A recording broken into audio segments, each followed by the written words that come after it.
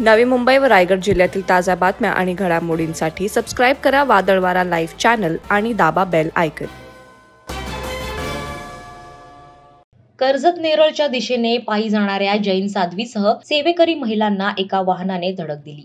या भीषण अपघातात जैन साध्वी मौलिक पुराण श्रीजी आणि सेवेकरी लता ओसवाल यांचा दुर्दैवी मृत्यू झाला, तर अन्य एक सेवेकरी जखमी झाली आहे।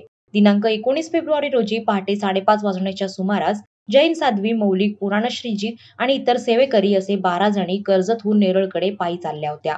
त्यावेळी नेरळकडून कर्जतच्या दिशेने येणाऱ्या एका दूध वाहून नेणाऱ्या टेम्पोनं त्यांना मागून जबरदस्त धडक दिली। यात साध्वी मौलिक पुराणश्रीजी व लता संदीप ओसवाल यांचा दुर्दैवी मृत्यू झाला, तर दीपाली संजय ओसवाल या गंभीर जखमी असून त्यांच्यावर पनवेल येथील गांधी रुग्णालयात उपचार सुरू आहेत। त्यांची प्रकृती चिंताजनक असल्याचं सांगण्यात येत असून या अपघातामुळे जैन समाज बांधवांमध्ये शोककळा पसरली आहे। या घटनेनंतर जैन समाजाने कर्जत, नेरूळ, खोपोली भागातील आपली दुकाने बंद ठेवून या घटनेचा निषेध केला। या प्रकरणी कर्जत पोलीस ठाण्यात गुन्हा नोंद करण्यात आलाय।